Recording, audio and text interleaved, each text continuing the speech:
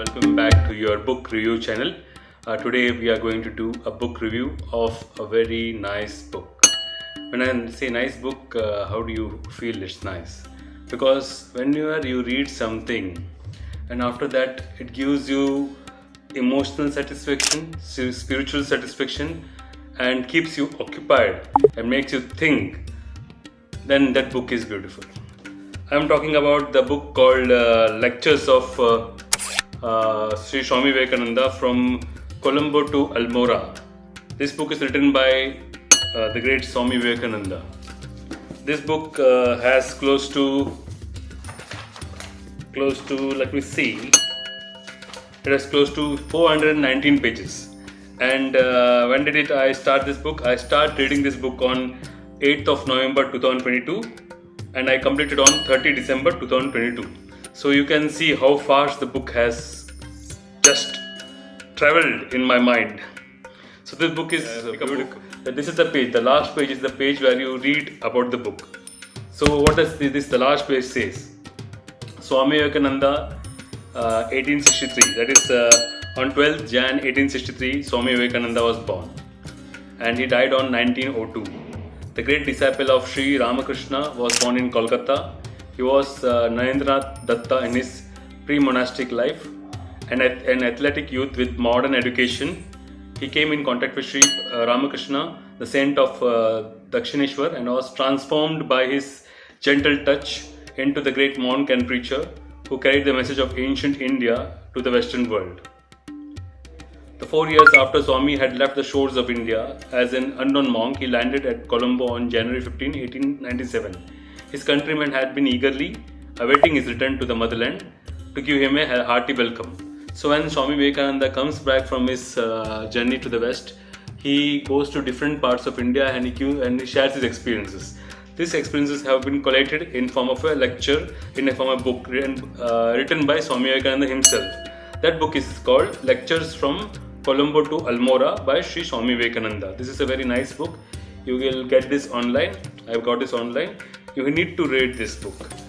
For your benefit, I am going to read some pages, some excerpts of this book. Let us start with the first excerpt. The first excerpt is on page number the first page of the book. It says, after his memorable work in the West, Swami Vivekananda landed at Colombo on the afternoon of January 15, 1897 and was given the right royal reception by the Hindu community there. This is the first page of the book. Now let us go to the page number 5. Page number 5 tells you, this book covers various ranges and various emotions about the great land called India. On page number 5 it says, there was a time when at the sound of the march of the big Greek battalions, the earth trembled, vanished from the face of the earth, with not even a tail left behind to tell, gone is that ancient land of the Greek. So Swami Vivekananda tells here that the land of the Greeks has vanished, how different civilizations have just gone off from the face of the earth. But the Capitolini hill is a mass of ruins. The spider views its web where the Caesar ruled. Caesar. This again he is telling that again one more civilization has just vanished. Then he says, in the same page he says, but we'll live, and if Manu came back today, he would not be bewildered and would not find himself in a foreign land.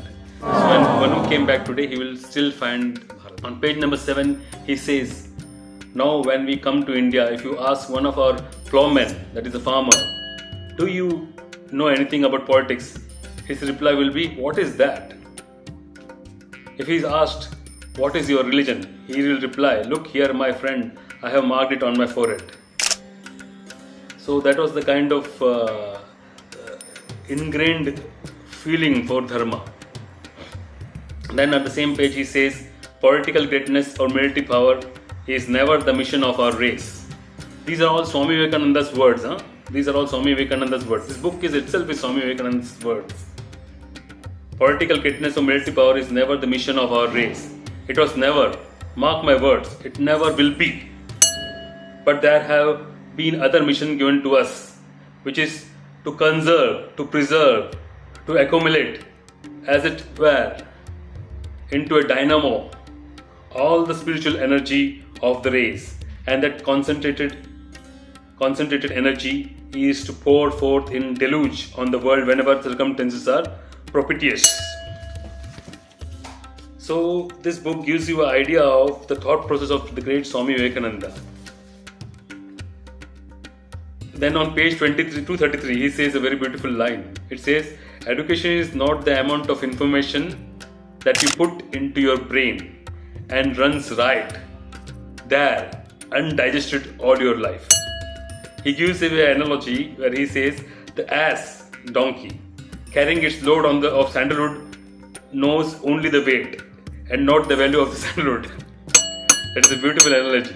What is the use of getting so much education and how you put so much thing in your brain, but it remains undigested? It is not used. What is that use? So there is so much of learning from this book. Then if you move to page 264, it says, in that way, Upanishads have been manufactured, and I am told that this is not done even now. This is being done even now. In some parts of India, I am perfectly certain they are trying to manufacture such Upanishads among the different races, different sects. What is it trying to say? It says that in that way, many Upanishads have been manufactured.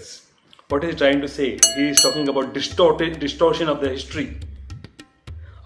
Like suppose if I want to bring a narrative, and like if there's a history is vast and beautiful, and I can't rubbish the whole thing. The only thing I can do is I can add something that is contrary to what in reality it is. Suppose there's a big pot of milk, and I can't carry that milk anywhere. What I will do? I will drop a single drop of lemon juice, so the whole milk goes bad. That is called distortion of history. There are many examples, such examples. This book is really beautiful. It's worth reading. And if you go to page number 298, it says, hatred is thing which greatly impedes the course of bhakti. Hate for someone.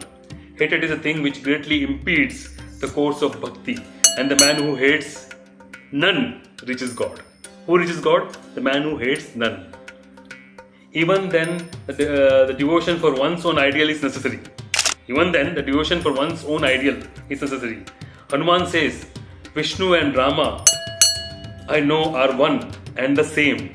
But after all, the lotus-eyed Rama is my best treasure. The peculiar tendencies with which a person is born must remain with him. That is the chief reason why the world cannot be of one religion. And God forbid that there should be one religion only, for the world would then be a chaos and not a cosmos. These are Swami Vivekananda's words. Now what does he tell about man's journey? He says, man is a succession of waves. You see the waves in the sea? Man is a succession of waves. And when one goes, it generates another. And the cessation of these waves is what is called nirvana. So beautifully explained. I have no faith in theories advanced by Western savants with regards to Vedas. These are Swami Vivekananda's words. This clearly explains, even in those times, how blatantly distortion of history was being done. If you want to know more about this great leader, this great spiritual source of energy, the one who had inspired waves and waves of people across generations in India and still continues to do, you should read this book. The book is Lectures from Colombo to Almora by Shri Swami Vivekananda. This book will change perception about many things about Bharata. It's a very beautiful book, you should read. Thank you, take care, see you again.